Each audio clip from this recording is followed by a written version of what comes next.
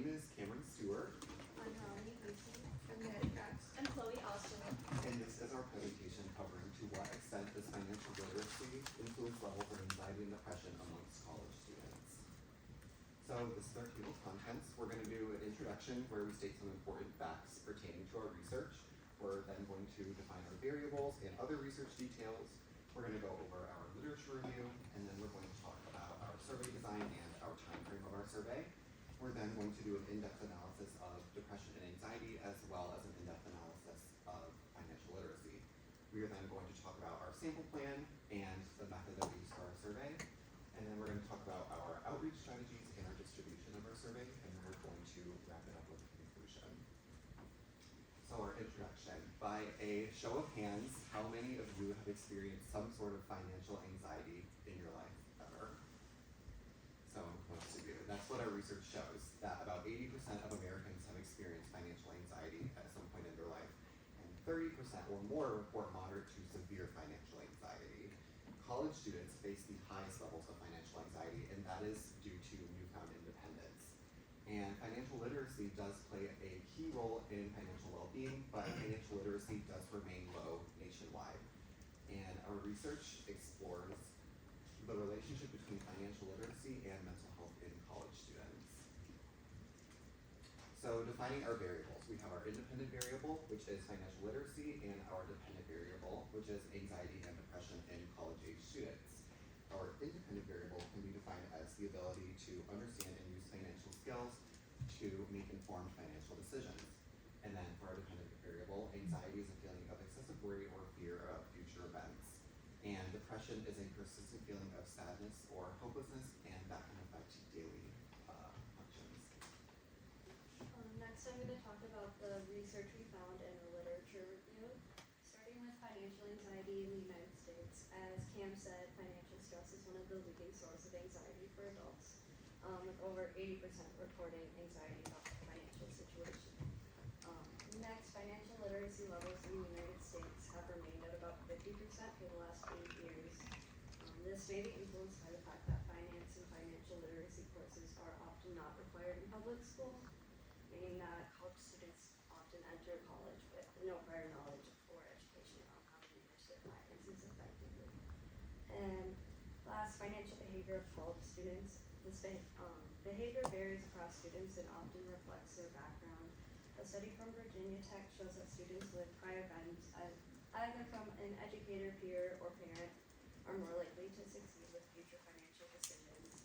However, this doesn't seem very common, as about half of college students report budgeting their money and only half are aware of how much they will owe post-grad. Tying that into mental health, according to the National Education Association, about 70% of college students will struggle with their mental health while pursuing a degree. And studies show that those going through a financial hardship are more likely to suffer from poor mental health. Additionally, when one suffers from poor mental health, they tend to make poor financial decisions. Our research objectives are to identify the level of financial literacy among college students, as well as identify the levels of anxiety and depression among college students, and determine if there is a correlation between the two. Our hypotheses are that college students with higher financial literacy will report lower levels of financial stress and anxiety, and students who report low levels of mental well-being will report lower levels of financial literacy. All right, going into our survey design, as previously stated by Cam, in our study we have one independent variable, and it is financial literacy. The dependent variable of this study is anxiety and depression. We will be using a mixed methods research of combining prior studies with our survey findings. The survey is aimed for college students ages 18 through 25. Our study will begin with creating a well thought out survey design with questions that will deepen our understanding of the correlation between our two variables. The survey will include questions formatted with multiple choice, Likert scale, and semantic differential scale answer options. We'll begin with a disclosure statement that informs students of their rights while completing the survey. Once a respondent has completed that, they will include 6 demographic questions. It will then move into 5 mental health analysis and 5 financial literacy related questions. We plan on distributing our survey online and in person using a QR code. It will be designed for respondents to complete in about 15 or so minutes.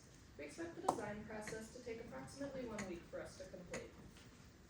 Our survey timeframe will begin with the design process previously mentioned. We expect the initial design process to take the first week of planning. Once our survey design has been approved, we will spend week 2 testing it on 15 randomly selected individuals. This step is where we can record and work out any kinks in the survey. Following testing, the next couple of weeks will be spent getting our survey into the hands of college students. Our goal is to receive 300 or more responses to strengthen our results. Methods we will use to gain participation will include emailing a set number of NMU students, canvassing campus, and reaching out to peers using social media posts. While the survey will run for 1 whole year, our group will spend the final weeks of this process analyzing the findings of our responses in a survey, or to our survey in Excel.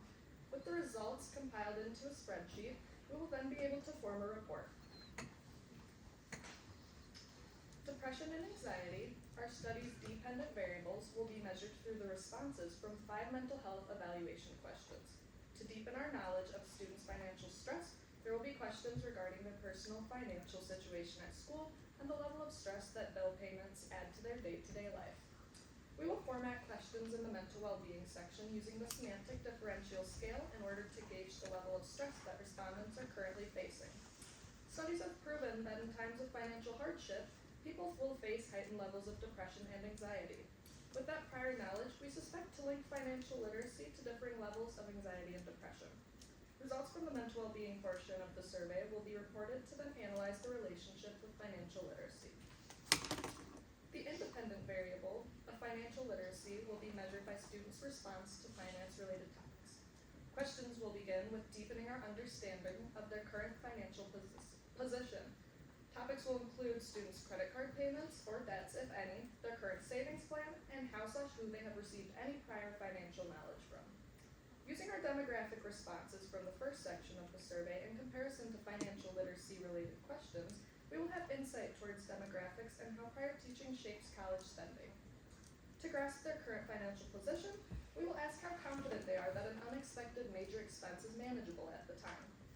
Along with that, we will question how their education is paid for, their monthly expenses, and the amount they work to make finances feasible. With that insight towards the combination of demographics, prior and current financial knowledge, and the students' means of funding their education, we can report levels of financial literacy. With our prior research findings mentioned by Ronnie, we expect this survey to support the hypothesis that higher levels of financial literacy correlate to lower levels of depression and anxiety. Next up is our sample plan. As Maddie had said, our survey kind of focuses on students who are ranging from 18 to 25, since the survey's goal is to understand the perspective and experiences of active college students. Eligibility is only restricted to them. We have chosen convenience sampling as our primary method of sampling. Given the challenge of obtaining 300 answers, as warned by Dr. Park, we plan to reach as many students as possible while using the best means that we can. Convenience sampling allows us to maximize participation within a limited time frame by targeting students in high traffic areas, utilizing online programs such as Qualtrics, and leveraging student networks. While we acknowledge that achieving this number may be challenging, we will implement multiple outreach strategies to ensure a broad and representative participation from the student body. To reach our sample size, we have come up with 2 methods to receive responses. The first method will be online distribution. We plan on creating a QR code and a link to our survey, and to share it with any and all NMU students that we can get our hands on. This is a method that can be a sure way for NMU students that fit our demographic to see the survey. The second online method will be utilizing the student directory, where all student email addresses and phone numbers are listed. If we create a mailing list, we can directly ensure that all NMU students will receive our survey even if we do not receive a direct response. If given permission, we would like to approach students in a high-trafficked area for in-person surveys. We would target areas such as the first floor of Janrich down by Starbucks, or Northern Lights Dining. This way, we can inform participants face-to-face and can swiftly answer any questions that may come up.